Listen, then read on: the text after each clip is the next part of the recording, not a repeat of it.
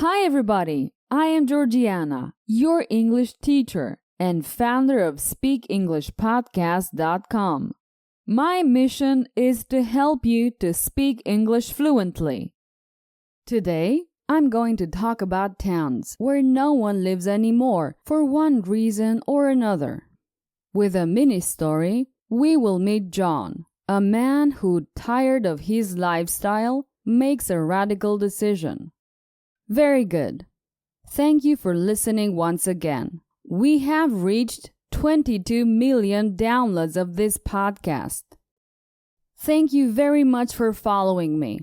If you want to help me, please share and recommend my website, SpeakEnglishPodcast.com, by mentioning my podcast. Thank you very much in advance. Okay, let's get to today's topic. In every country in the world, there are villages where no one lives. I find this phenomenon fascinating. There are several words you can use to describe such a town. They all mean the same thing. Abandoned. This means that those who lived in that area have left. Therefore, people abandoned the place at some point in the past. Uninhabited. The word implies that it was previously inhabited. The inhabitants inhabit a place. If those people leave and don't live there anymore, it becomes uninhabited. Ghost. A ghost town is simply a town without inhabitants, without anyone living there. This word sometimes gives a sinister air to this place. All kinds of legends can arise in certain abandoned places. Some people's imaginations can be very vivid. Deserted merely means that there is no one there. For example, the village was deserted. There was absolutely no one. Now, let's use a little imagination. Imagine that you decide to move to a deserted town. Moving means going to live permanently in a new place. So you would be the only inhabitant. You could put a sign with the name of the village and the number of inhabitants, 1. There are many advantages. For example, if you have a car, you can park almost anywhere. No more going around and around the streets to find a parking space. You don't have to respect speed limits or traffic lights, which don't work or don't exist, because there is no police. As for the neighbors, no more hassles. No more noises, no more arguments. You can just relax because nobody's going to bother you. Since you are alone in town, you can run for mayor. The result would be obvious. Only you would vote, and you would win with 100% of the votes. Unbelievable! Now you could say, but what about the supplies? The food? Well, you can order on Amazon, right? I'm sure they won't get the wrong house. There's just one small problem. A place like this can be terrifying. Being all alone in a town and hearing a strange noise. I don't know, maybe it's not such a good idea. But in reality, multiple causes explain why certain towns are abandoned. Here are a few. Certain towns suffer devastating epidemics, such as smallpox, typhus, or cholera, that reduce the population. The mine's work attracted many people, and many houses were built, forming towns near the mine. When the mine was no longer profitable, people left the village.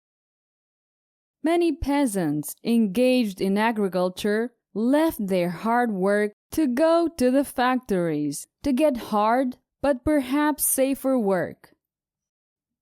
Many villages are not abandoned, but every year they lose inhabitants. There are several initiatives to stop this depopulation. Some towns even offer free housing and work. There are also subsidies for companies and entrepreneurs to set up their business there. The truth is that with the internet, perhaps some of those towns can be saved because it's feasible to run a business with a computer. Now let's continue with a mini story. How does it work?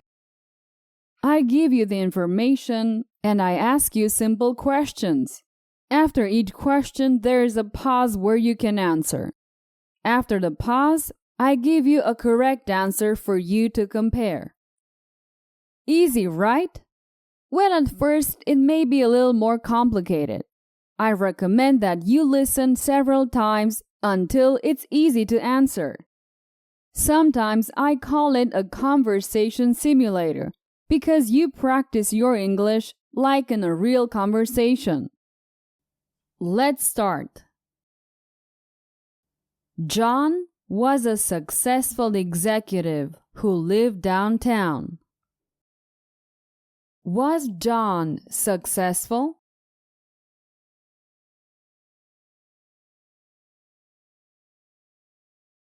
Yes, he was a successful executive.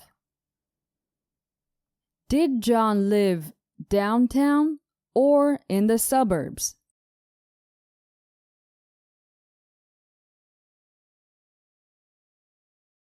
Downtown.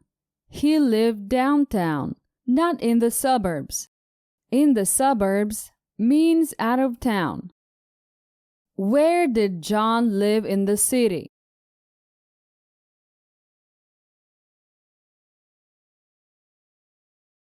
Downtown.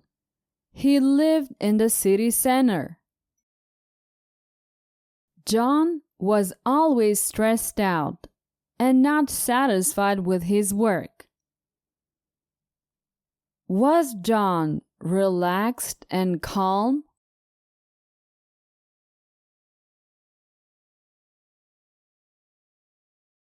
No, he wasn't relaxed and calm.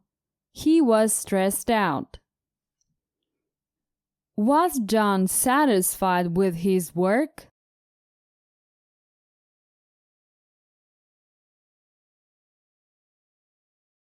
No, he was not satisfied.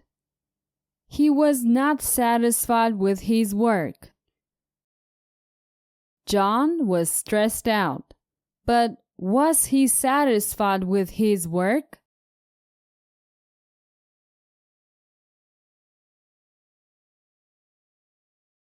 No, John was not satisfied with his work. One day, John made a radical decision. Did John make a decision?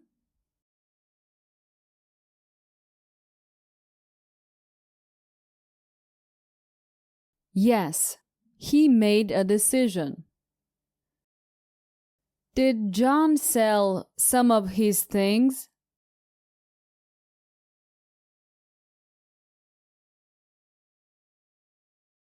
No, he didn't sell some of his things. He sold everything. How was John's decision?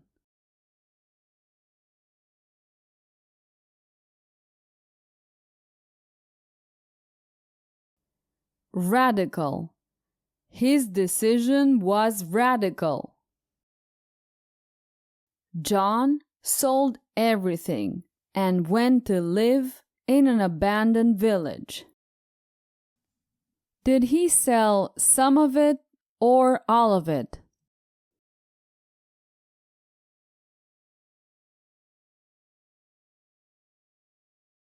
All of it. He sold everything Not only some of it. He sold 100% of what he owned. Did he go to live on the beach?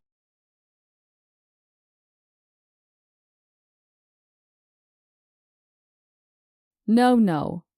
He went to live in an abandoned village. Who went to live there?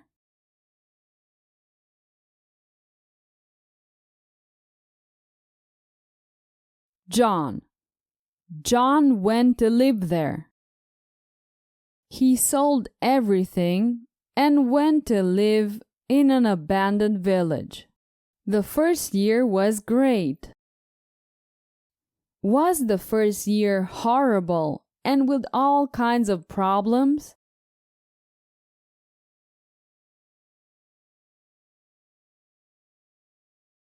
No. It wasn't horrible. It was great. There were no problems. The first year was quiet, without neighbors, and with all the tranquility in the world. How many years were great?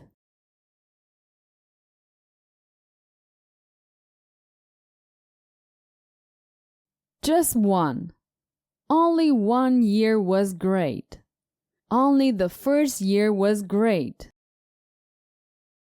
Word got out that Johnstown was a great place to visit. What word got out?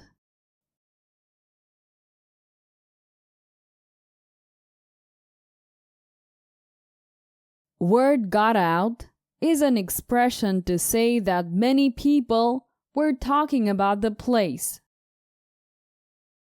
Did word get out that Johnstown was too noisy?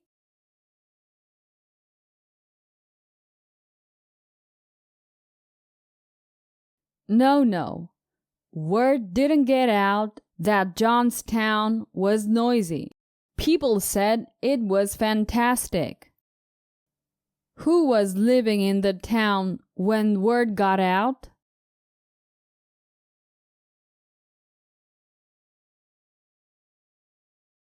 John. He was living in the town when word got out. Now, John has to put up with tourists every day. Can John enjoy himself?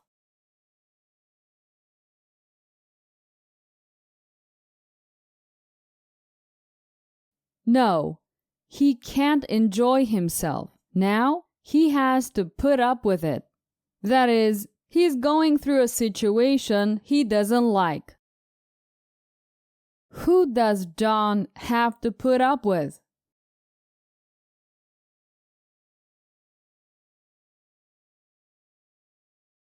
Tourists. He has to put up with tourists every day. Does he have to put up with tourists every year?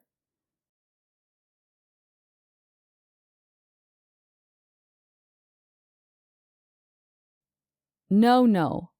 He has to put up with tourists every day. John is already looking to move to a new abandoned town. Is John thinking of buying a hotel?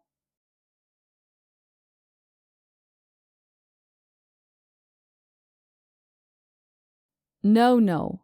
He's looking to go to a new abandoned town. Where does he want to go? Back to the city?